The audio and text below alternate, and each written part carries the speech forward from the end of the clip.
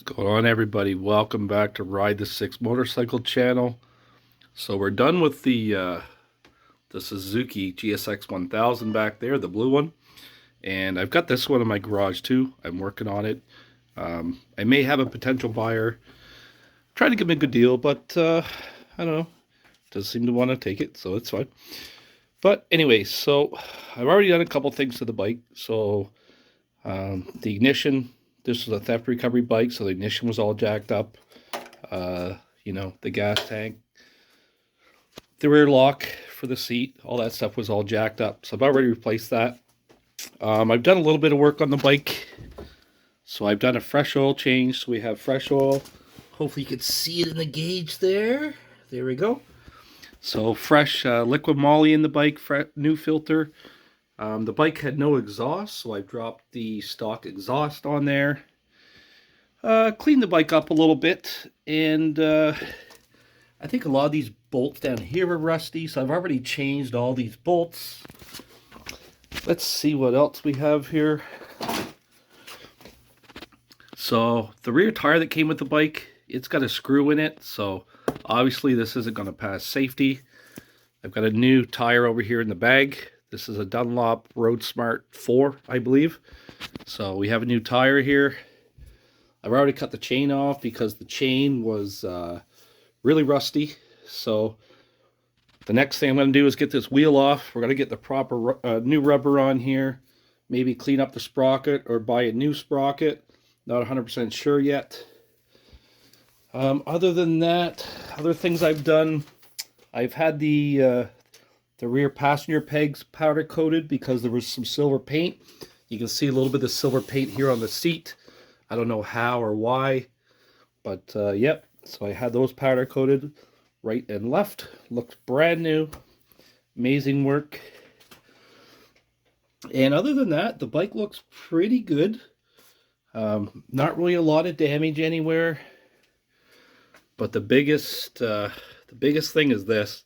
So this piece was broken, so I've replaced this piece, but our cluster's missing. So this cluster is $720 Canadian, brand new.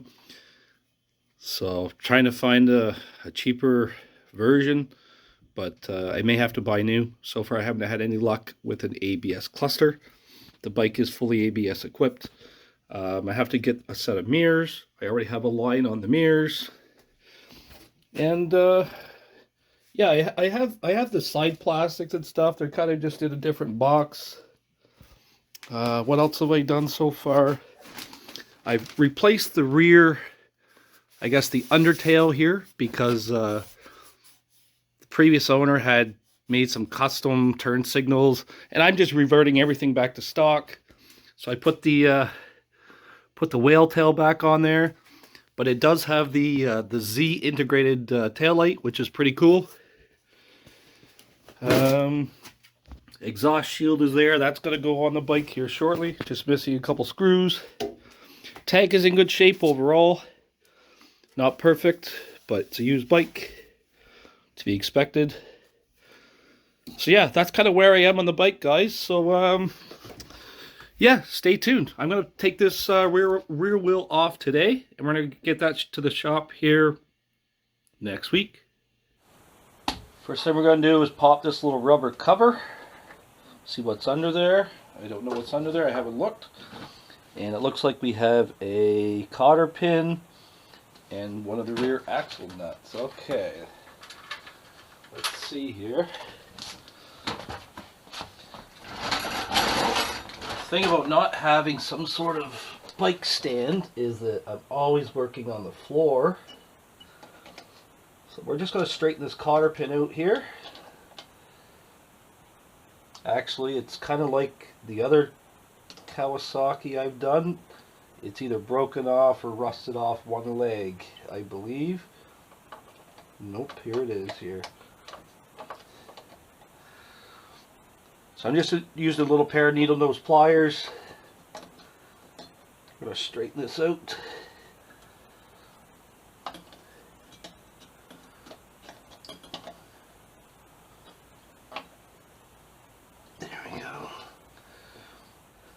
It is moving though.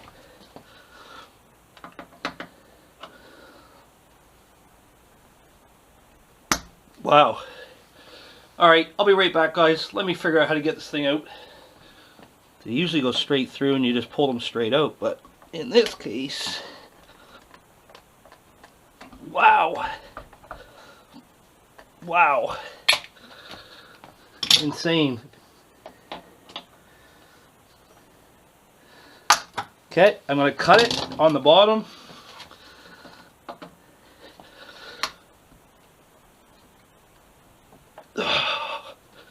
Wow. This is crazy, guys. Unreal. So I got that cotter pin out. Struggled with it for a little bit. Now, it's kind of a catch-22 sometimes, guys. Like, the best way to get these things out is to position this axle nut in a position where you can pull it straight out.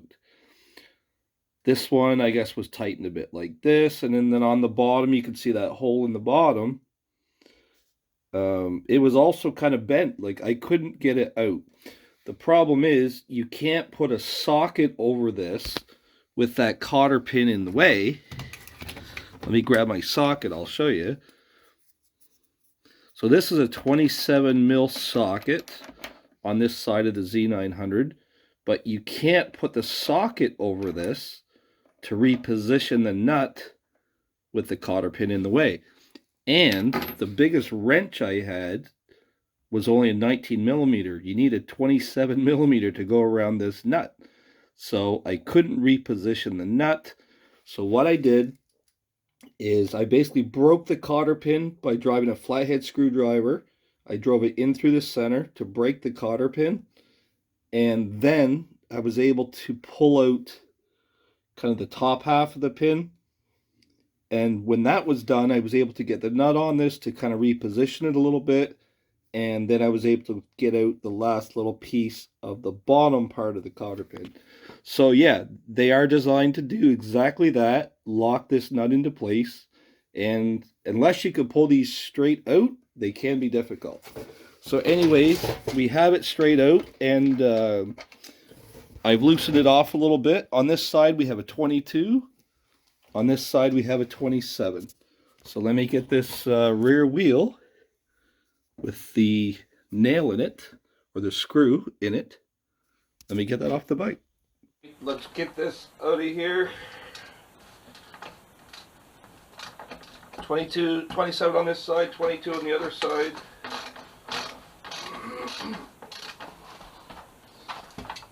I'm going to stick my feet under the rear wheel. This is going to start to come loose. We need to support the rear wheel.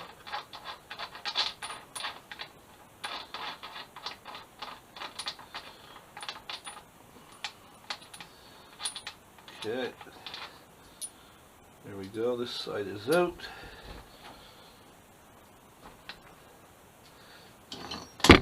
Now, let me see here. I don't think this is a threaded axle. Nope. This isn't a threaded axle.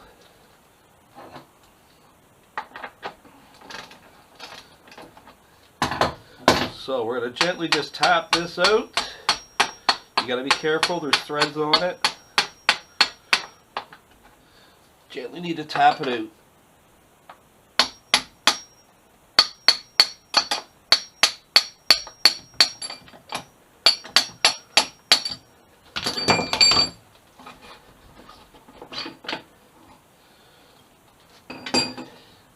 Now, I did not take the brake off the other side. Let's see if I can get this out. I may not be able to. I should have actually taken that brake off first. I'm just going to roll the brake out of the way. The rear calipers. And there we go. Our rear wheel is out. We can now clean this up and take it to the shop and get the rear rubber replaced. So I've just hit this with some WD-40 and just a cloth. So I've cleaned half of the rear sprocket. So there's the clean side, obviously, versus this is the dirty side. And mainly this is just dirt caked over grease. It's not rust or anything like that. It's just the bike sat for a while in probably a dusty warehouse or an auction yard. I don't know. And I just hit the wheel a little quickly too. So here's the clean. Yeah, there's kind of the dirty. You know what I mean? So I think the rear wheel will clean up pretty nicely. So let me get this off to the shop. And when you see the wheel again, it should have the fresh rubber on it. And maybe I'll have this all cleaned up. Wheels back from my local Cowie dealer. Brand new rubber Dunlop Road Smart 4. I have them on my FZ6R over there as well. Good tire, pretty happy with it. So I've gone again, and pretty good bang for your buck, guys, when it comes to tires. I've also taken the rear sprocket off in hopes of cleaning it up, but to be honest, guys, it's pretty dirty, corroded, rusty. I don't know. So I just went ahead and ordered a new 44 tooth, because that is the stock size right there. Oh, where is it? Where is it? Ah, there you go. 44. So I just ordered up a new JT 44 tooth rear sprocket.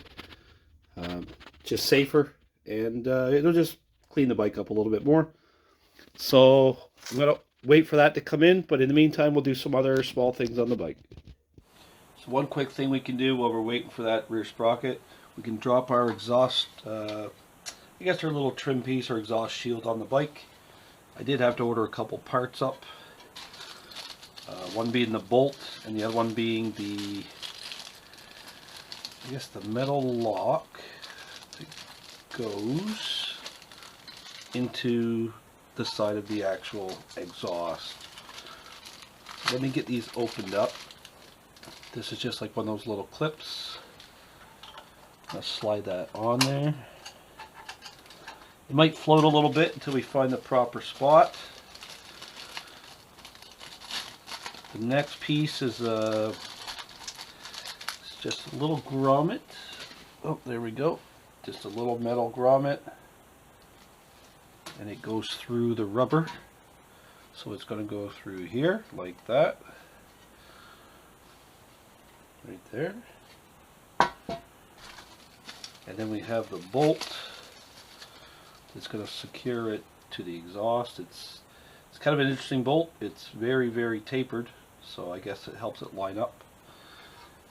And it should be pretty quick and easy little drop in here, hopefully. I'm just going to line that bolt up there. It's going to be kind of hard to see. Okay, so our bolt's in there. We have another bolt at the top with another collar. And this is going to go into the top part of the muffler. Again, I hope it lines up. This did come from a friend's Z900. I didn't have an exhaust on this bike when I got it, so I took his stock exhaust because he's done an aftermarket.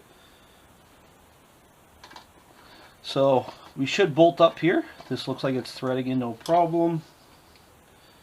I'm going to thread this one in by hand and then just tighten it with my my T-handle.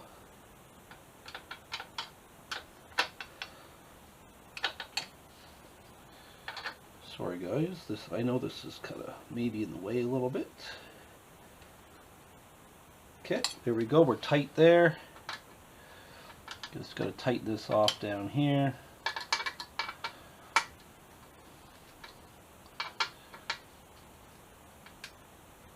I don't want to over tighten it, just snug it up.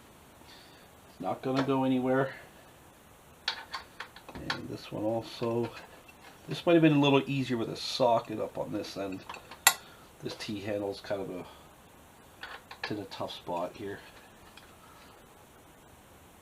Okay, we're snug. Alright, there we go. Heat shields on the bike. One more piece. Let's see what else I have. Now we're going to try to mount up our left side Z fender, or I guess it covers the top of the rad.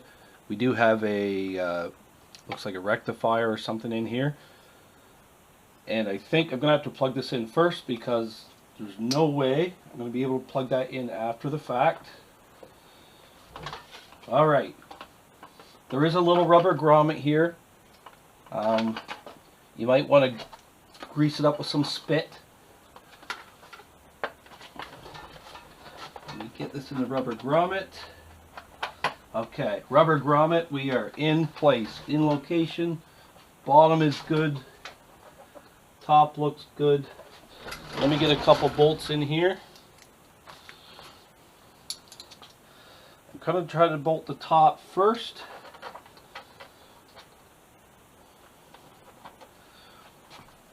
So we have a bolt up here with a little nylon washer. In the bottom down here we have another bolt. Let me see if we're in place. We are in place. Okay, so two bolts are in place. Things look good there in front of the rad. Our rectifier is plugged in. Some of these plastics were broken. I did have to replace them, but I didn't do anything on the outside. This is how I got it. But the inner plastics were busted because this was a theft recovery bike, and people like to break things when they try to steal it. So we just have a little, it's just a little plastic pop pin, and that goes up here at the front. I'm sure my head is exactly in the way. And pop pin was in, and pop pin is out. Okay, try again.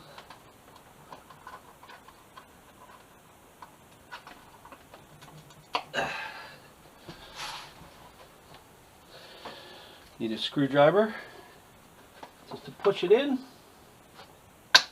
There we go. Pop pin is in, top bolt is in, bottom bolt under here is in. I'm just going to tighten them up. Okay, bottom is tight.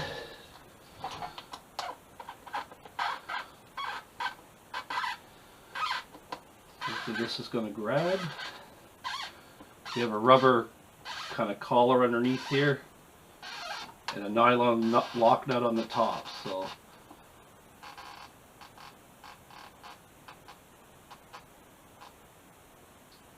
okay, we're snug. So there we go. Our left side Z fender, front Z fender is installed. Now we're on the right hand side of the bike. Same thing, we got our little Z fender up front here.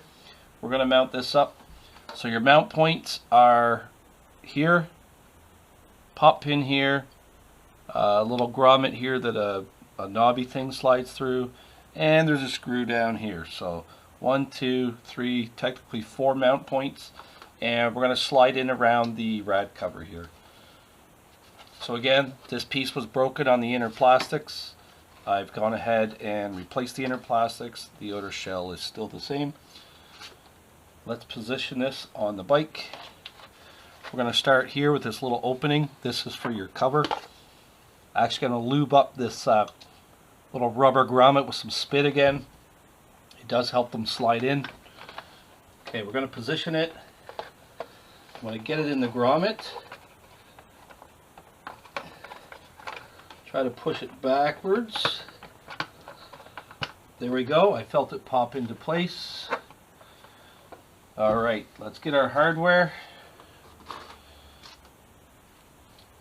Bottom looks located. Okay, let's start in the top. I've got a screw and a rubber washer. Sorry, screw and a nylon washer.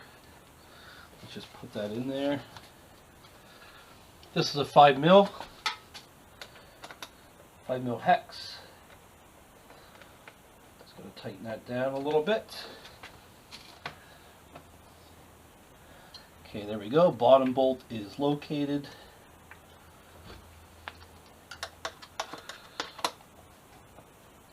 Top bolt, we're going to tighten it down.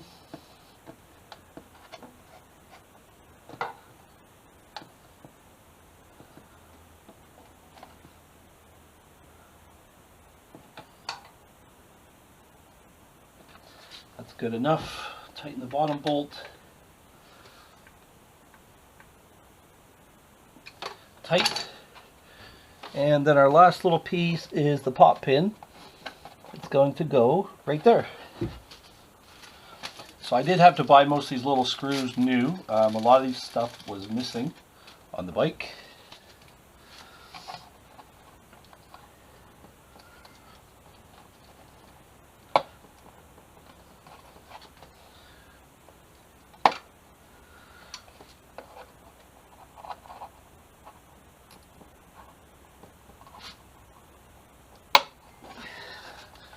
There we go, pop pin is in. So we're mounted here, we're mounted here, we're mounted underneath, we're in the grommet. Our right side Z fender is on. Okay, we've got our two Z brackets on the bike, our Z fenders on the front. Now we're going to put in the tank trim piece that sits literally right here. So this piece is already prepped up. I already have all my grommets and stuff in here. And I have my hardware ready. So let me grab that. These are just standard 5 by, I think 5 by 20 are these two pieces in the back here. Just get one lined up first. Alright. So we have one bolt point right here, just on the tank / seat bracket. We have another bolt point right here in the center of the bike. These just go through metal grommets. Don't need anything special for these.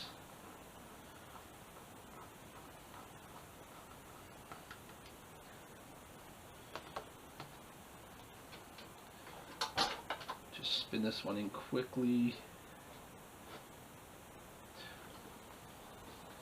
And we have one more little bolt-on point up front here.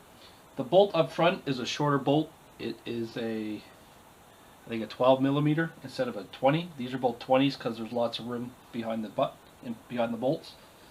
Behind this bolt there's a cable harness, so you don't want to go with a bolt that's too long. You're probably going to break something. But this is a 5 by 12 bolt. I have checked the diagram. I've double checked all the parts, cross-referenced. And you do want a short bolt here because of the cable harness in behind it.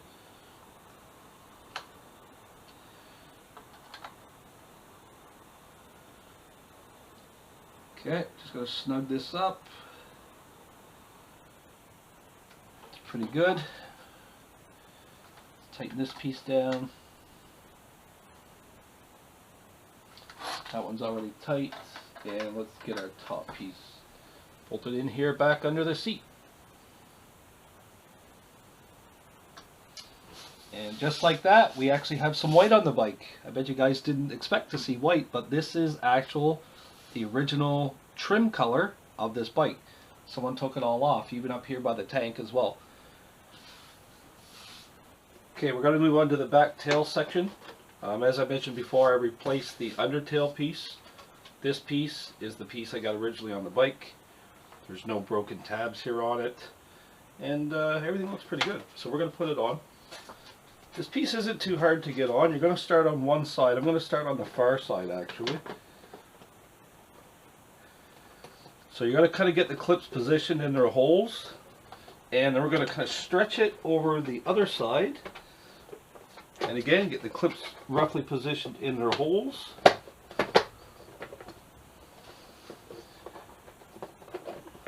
This might take a second for me to get them in there. There's 4 or 5 clips on each side, so take your time. You don't want to break them. You can hear the clips moving around as I'm positioning it.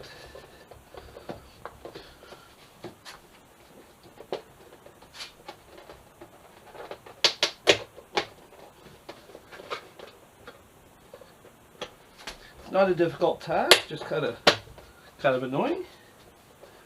Okay, with all the clips positioned in place, you're going to slide this whole piece forward.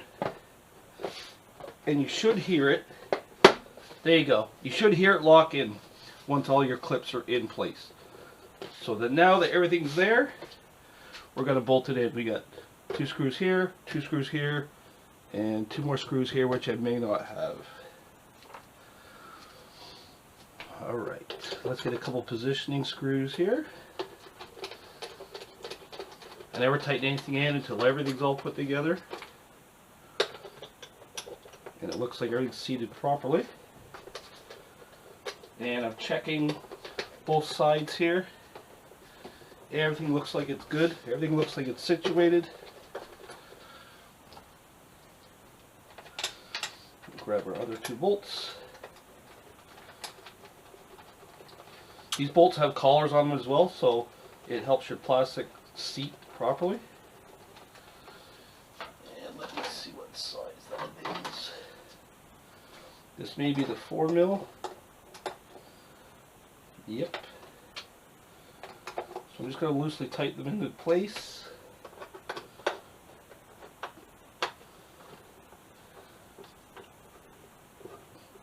There we go.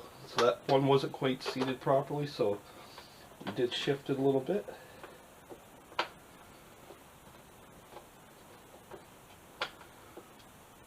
Alright, there we go. Let's snug these down.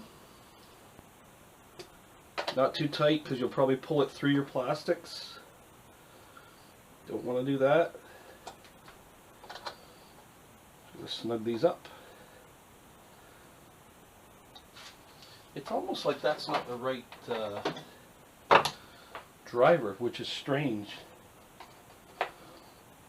This one's not much better, but it seems to fit the screws better.